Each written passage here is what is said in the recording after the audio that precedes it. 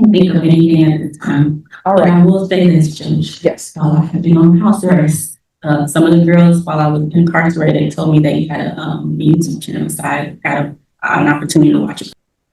All right. All right. And while the state is reviewing that, did you review the plea bargain page? Yes, ma'am. Okay, according to the plea, punishment is to be assessed at $1,000 fine. There's no application for community supervision. The state recommends deferred adjudication.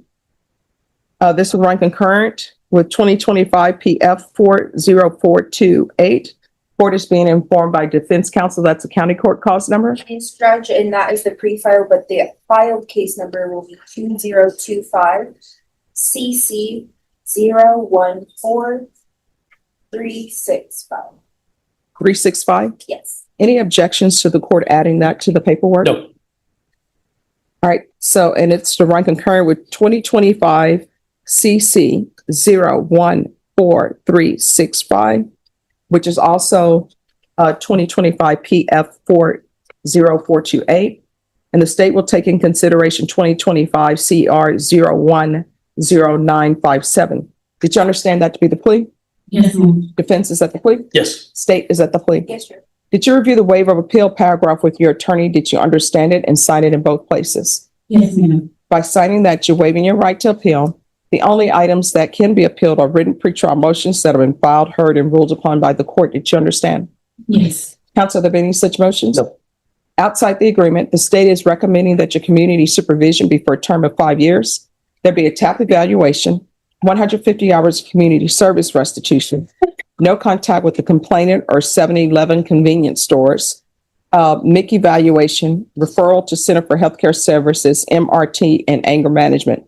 Did you understand those were recommendations from the state and the court does not have to follow those recommendations? Yes. Then to the offenses charged, how do you plead? Guilty, not guilty, or no contest? No contest. State any evidence? Yes, sir. State offer states exhibit 1 and all attachment. Objection. Did you contact the complainant? Yes, sir. All right, you may be excused. Did you review the waiver and stipulations with your attorney? Did you understand it and sign it in all the appropriate places? Yes. Again, did you understand you have a right to jury trial, a right for you? Okay. I'm always wondering with the Navy, if you're on a submarine, I don't know if I'd be able to do that. So how long were you in the Navy? 7 years. Okay.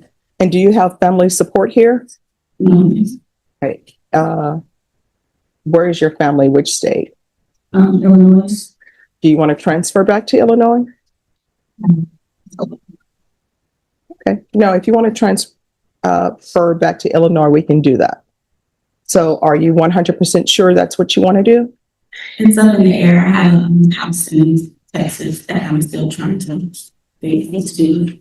Okay. All right. So this is what we're going to do. Ms. Abrams, can you see if Veterans Treatment Court is down here? All right. So what we're going to do is we're going to get Veterans Treatment Court. Not necessarily going to place you in Veterans Treatment Court if you don't want it. But if for some reason you're not able to be accepted into that program, they'll be able to give you different type of programs for outreach. Is this an offense that qualifies? That's why I didn't. Oh, It did. I wasn't sure that. Okay. they do a lot on case by case basis. Okay. All right. So do you have any help at home with the baby or anything? So I'm dealing with a CPS case at this current moment, to kind of mitigate some of the symptoms that I have, like with my anxiety and depression. I smoke marijuana. And so I kind of got into trouble with that because I ended up having my daughter at home 7 months ago, and they made me go to the hospital. And one of the questions that they asked was, could I smoke marijuana? I expressed it yes.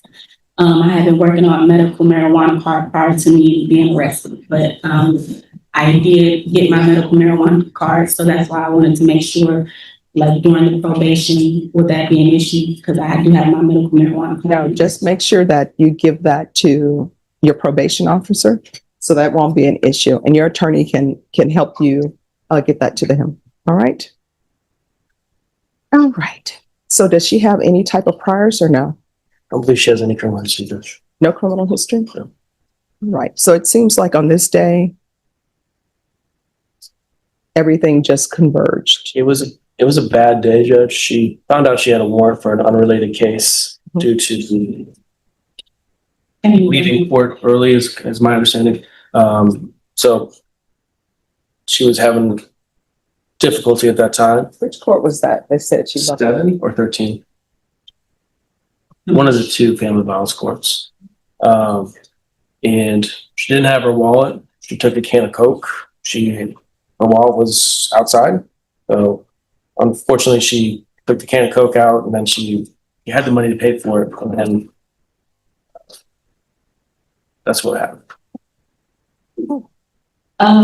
Well, I was just having a bad day. My body suit had broken. Officer Wilson, the nice officer here, he came and said, "Miss Adams, you can't walk around like that." He gave me the paperwork to go home. So after I went home, I didn't go home. I had to go sit at a McDonald's while I was with my spouse waiting because we only had one vehicle. After that, I walked over to the 7-Eleven and grabbed me a Coke. I realized I left my wallet. But before all of that happened, they called me and said I had a warrant out for my arrest because I only came in one court. Okay. And so I was stressed out that day. I'm like, man, I've been dealing with these bail bondsmen. I've been communicating with you guys. I got arrested when it was the other way around, but grabbed the Coke, me and him get into a physical altercation. He said I was trying to steal the Coke. I explained to him, my wallet is at the McDonald's next door. Can I please grab it? He grabbed the Coke.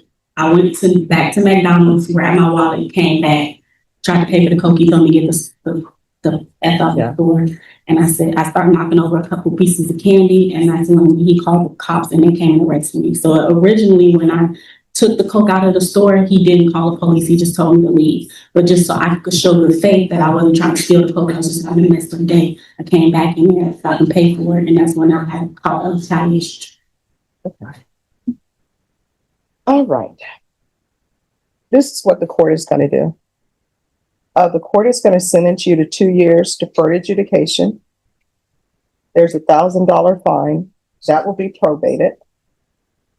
Let's do a referral to BTC. Again, it's for them to talk to you. If you decide that's not a program that will be helpful to you, it'll be completely up to your decision. If they want to accept you, just listen and you can talk to them with your attorney and see if that will be a good fit for you. But I think if you're accepted, it will be a good program because one, they'll be able to help you to have, if you want to ultimately transfer to Illinois and help you with any other issues that are happening. So referral to VTC, CPS compliance, field visits 1 time per month until further notice. This is to run concurrent with 2025 PF 40428, which is also 2025 CC 014365.